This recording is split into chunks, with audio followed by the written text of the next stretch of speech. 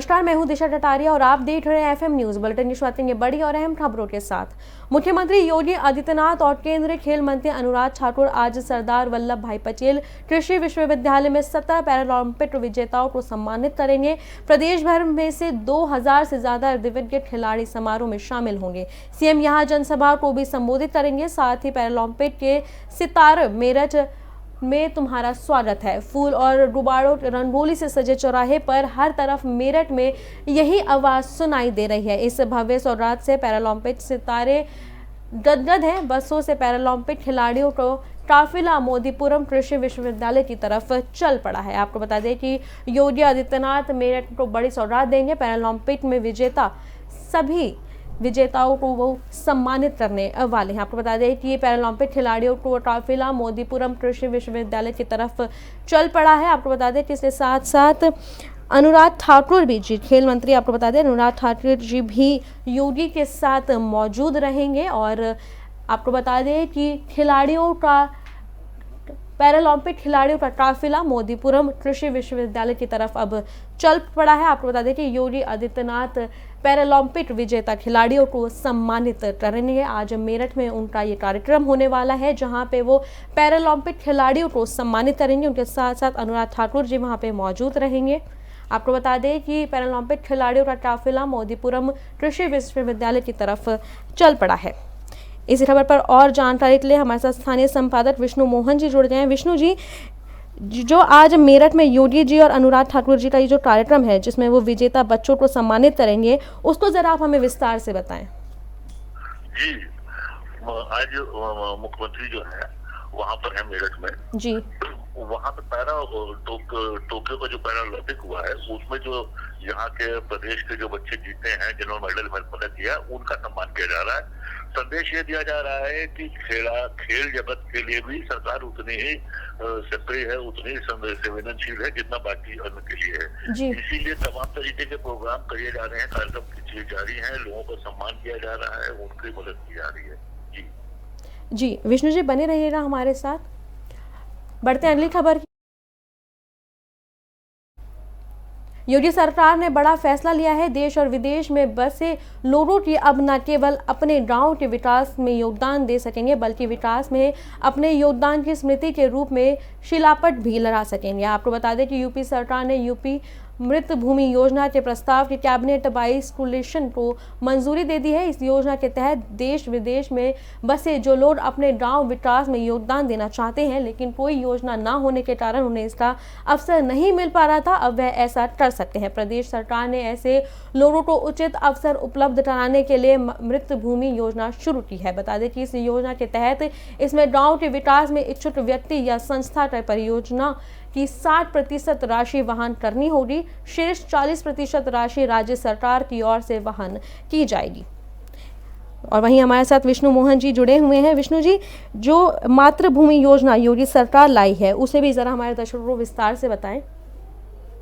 जी, मातृभूमि योजना में महिलाओं का सम्मान किया जा रहा है, उनकी मदद की जा रही है, हर तबके तक जोड़ने की बात हो रही है। सरकार हर तबके से जोड़ रही है, लोगों की मदद करने की बात हो रही है। इसके अलावा विकास की परियोजनाएं तमाम लाई जा रही हैं।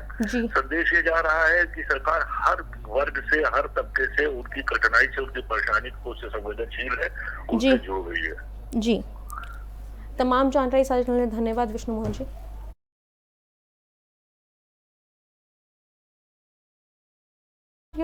बढ़ते हैं अगली खबर की ओर। उत्तर प्रदेश की योगी सरकार ने अब राज्य की बेटियों के हक में बड़ा फैसला लिया है। अब मृतक अक्षत कोर्ट से विवाहित बेटियां भी सरकारी नौकरी की हकदार होंगी। इस बाबत मुख्यमंत्री योगी आदित्यनाथ ने बीते बुधवार को कैबिनेट बाइस्कुलेशन इस प्रस्ताव को मंजूरी दे दी है। गौरतलब है कि प्रदेश में अभी तक मृतक अक्षत कोर्ट के तहत अनुकंपा के आधार पर विवाहित पुत्र व अविवाहित बेटियों को ही नौकरी देने की व्यवस्था थी। इसमें विवाहित पुत्रियों के लिए व्यवस्था न होने पर इनको मृतक अक्षत कोटे पर अनुकंपा के आधार पर यहाँ नौकरियां नहीं मिल पा रही थी। कई मामले तो ऐसे भी सामने आए हैं जहाँ इकलौती विवाहित बेटी होने के चलते परिवारों को परेशानियों का भयंकर सामना करना पड़ जाता है। हालांकि इस तरह के मामले कोर्ट तक भी पहुंचे थे, जिसके बाद मुख्यमंत्री ने इस मामले को संज्ञान में लिया और पुरानी व्यवस्था में संशोधन करने पर यह सहमति बनाई कि अब परिभाषा की विवाहित पुत्रियां भी अब जोड़ दिया है और इस बाबत कार्मिक विभाग ने उत्तर प्रदेश सेवाकाल में मृत सरकारी सेवकों के आश्रितों के भर्ती नियमावली 2021 को कैबिनेट मंजूरी के लिए भी भेजा था, जिसे मुख्यमंत्री की कैबिनेट बाई सर्कुलेशन जरूरी मंजूरी दे दी गई है। योगी सरकार द्वारा इस महत्वपूर्ण फैसले के बाद प्रदेश के सरकारी विभागों में अब अनुकंपा के आधार पर विवाहित बेटियों को भी नौकरी मिलने का रास्ता साफ हो गया है।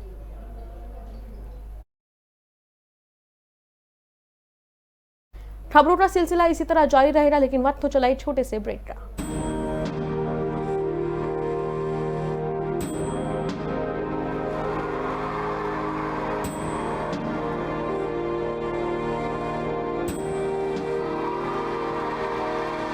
अब बच्चा बच्चा देशभक्ति पढ़ेगा, अब बच्चा बच्चा देशभक्त बनेगा।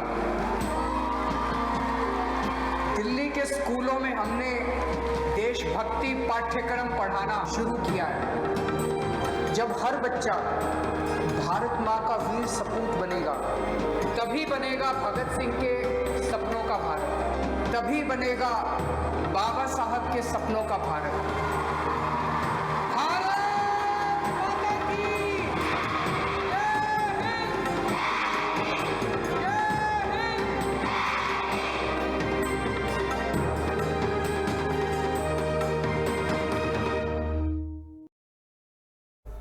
ब्रेक के बाद एक बार फिर स्वागत है आपका एफएम न्यूज में। बढ़ते हैं खबरों की ओर।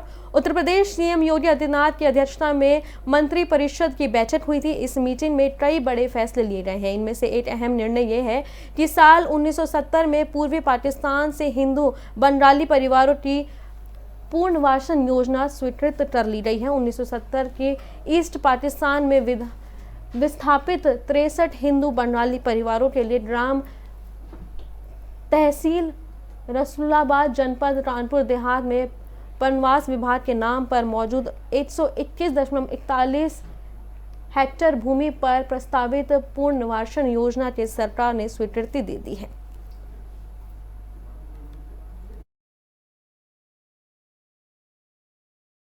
बढ़ते अगली खबर की ओर। प्रदेश का पहला जीटा डेडिकेट सेंटर कानपुर में बनेगा। मुख्यमंत्री योगी आदित्यनाथ ने केडीए सभागार में अधिकारियों के साथ जीटा समीक्षा बैठक में ये निर्देश दिए हैं। उन्होंने कहा कि अलग जीटा डेडिकेट हॉस्पिटल बनाएं जिससे रोगियों को ढंग से इलाज मिल सके। आपको बता दें कि इसके साथ ही सीएम ने गर्भवती महिला के लिए स्क्रीनिंग कराने के लिए भी निर्देश दिए हैं और कहा कि गर्भवती का हर महीने अल्ट्रासाउंड किया जाए। इस मौके पर विधायक ने मुख्यमंत्री से फोन के होने की शिकायत भी की है। बैठक में मुख्यमंत्री ने जीटा के रोकथाम के लिए नगरीय और ग्रामीण क्षेत्रों को जोनों में बांटवा कर फोन करने के आदेश दिए हैं।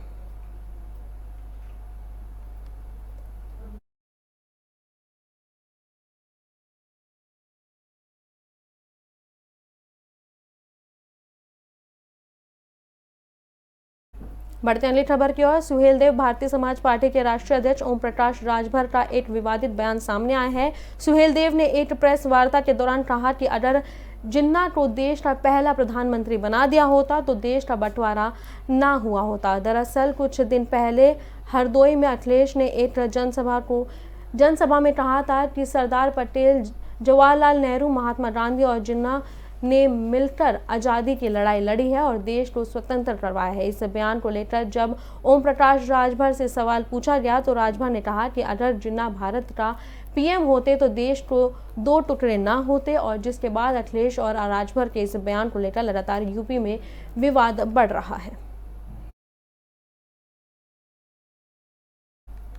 बढ़ते अगली खबर की ओर। तुलसीदास की जन्मस्थली कल्याण सिंह की कर्मभूमि कासगंज एक बार फिर सुर्खियों में है। इस बार वजह है पुलिस कस्टडी में अल्ताफ नामक युवक की मौत। इस मामले ने पूरे प्रदेश का सियासी पारा गरमा दिया है।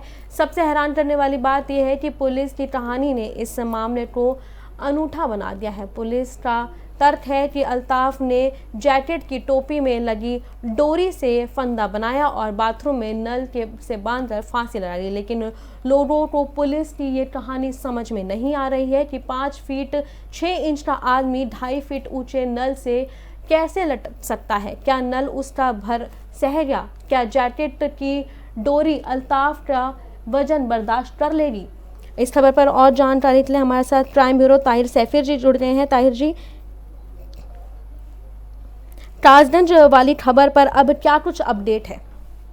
देखिए बिल्कुल दिशा, आपको बता दूं, ये कासगंज में जिस तरीके से एक युवक को जो है लड़की को ले जाने के आरोप में जो है पूछताछ के लिए थाने लाया जाता है और थाने में युवक के द्वारा जो है पाइप से जो है लटक कर जो है अपनी जो जैकेट की बेल्ट होती है उससे जो है सुसाइड करने का मामला जो है सामने आया है, अगर पुलिस की माने तो। लेकिन जिस तरीके से पुलिस की थ्योरी है उसको लेकर जो है कई सवाल खड़े हो गए हैं ग्रामीणों का और परिजनों का। साफ तौर पर कहना है कि कैसे एक युवक जो 5 फुट 7 इंच या 8 इंच की जिसकी हाइट है वो कैसे जो है 2.5 फुट के पाइप पर लटक कर जो है सुसाइड कर सकता है। क्योंकि जिस तरीके से पुलिस के आला अधिकारियों कही जाती है कि 6 फुट का अगर पाइप होता है तो आदमी जो है ऊंची दोरी हो जाती है और जमीन से उसके पैर टच नहीं हो पाते हैं। लेकिन 2.5 फुट के पाइप पर एक युवक के द्वारा जो है सुसाइड करने का मामला आता है और वो भी उसकी जैकेट की डोरी से लटक कर जो है सुसाइड की बात जो कही गई है, जिसको लेकर जो है पुलिस के आला अधिकारियों ने पूरे मामले पर जो है संज्ञान लेते हुए फिलहाल इंस्पेक्टर सहित 5 लोगों को जो है निलंबित कर दिया और उनके खिलाफ न्यायिक जांच के जो है आदेश दिए गए हैं। इसके साथ ही पूरे मामले की जांच को जो है मजिस्ट्रेट से जो है कराने की बात निकलकर अभी तक सामने आई है। लेकिन जिस तरीके से लगातार जो है मामला बगड़ता देख उसके बाद जो है राजनीतिक पार्टियां जो है खुलकर मैदान में आ गई और राजनीतिक पार्टियों के मैदान में आने के साथ ही जो है पुलिस के अधिकारियों ने मृतक के घर के आसपास पर जो है कड़ी सुरक्षा व्यवस्था के तौर पर जो है भारी पुलिस बल को जो है तैनात कर दिया गया है ताकि राजनीतिक पार्टियां यहाँ पर आकर जो है पूरे मामले को तूल ना दे सके। तो उसके दूसरी तरफ अगर बात की जाए तो बिस्वा सुप्रीमो मायावती ने ट्वीट कर पूरे मामले पर गंभीर जो है सरकार को घेरने की जो है कोशिश की गई है, साथ ही जो है पूरे मामले की जांच की जो है मांग की गई है। तो वहीं प्रियंका गांधी आज जो है कासगंज के दौरे पर जो है मृतक के परिजनों से मिलने जा रही है, यानी कि साफ है कि पूरे मामले को लेकर एक बार फिर से राजनीति जो है गरमानी शुरू हो गई है। क्योंकि वर्ष 2022 में उत्तर प्रदेश में विधानसभा चुनाव होने और कोई भी पार्टी इस मामले को जो है छोड़ना नहीं चाहती है, इसको बुनाने की कोशिश करना चाहती है और उम्मीद लगा रही है कि इसके जरिए जो है सरकार को जो है घेरा जा सके ताकि आसानी से जो है एक पक्ष की जो है समुदाय की जो है वोटों को हासिल कर सत्ता तक का जो सफर है वो पूरा जो है पाटा जा सके। इसी को ध्यान में रखते हुए उत्तर प्रदेश सरकार के साथ साथ जो अधिकारी हैं उन्होंने जो है पूरे मामले की गंभीरता को देखते हुए ग्रामीणों के साथ साथ जो गांव में है भारी पुलिस बल को तैनात किया गया है। किसी भी पार्टी के नेताओं को वहां जाने से रोका जा रहा है ताकि पूरे मामले को दोबारा से तोड़ ना दिया जा सके। तमाम जानकारी साझा धन्यवाद ताहिर जी।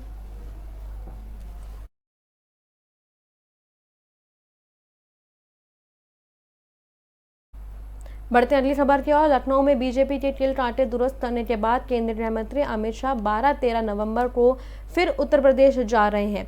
इस बार दौरा वाराणसी, आजमगढ़, गोरखपुर में चुनावी की तैयारियों पर केंद्रित रहेगा। वाराणसी में वो जहां प्रदेश बीजेपी की संगठनात्मक तैयारियों की जायजा लेंगे और पार्टी के नेताओं कार्यकर्ताओं की जीत को मंत्र देंगे। वहीं 13 नवंबर को यशपालपुर, आजमबाद और आजमगढ़ में जनसभा को संबोधित करेंगे। आजमगढ़ समाजवादी पार्टी के राष्ट्रीय अध्यक्ष अखिलेश यादव के संसदीय क्षेत्र है। 2014 में सपा के संस्थापक मुलायम सिंह यादव यहां से सांसद थे। इस जिले पर बीजेपी की खास नजर बनी हुई है।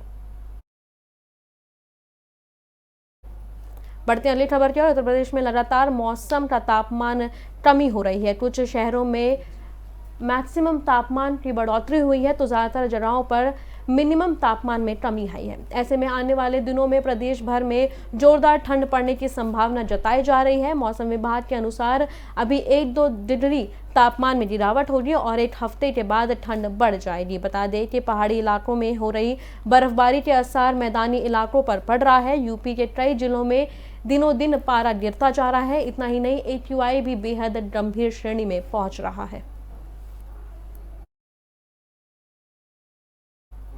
मेरे साथ इस बुलेटिन में इतना ही। देश और तमाम बड़ी खबरों के लिए देखते रहें FM न्यूज़।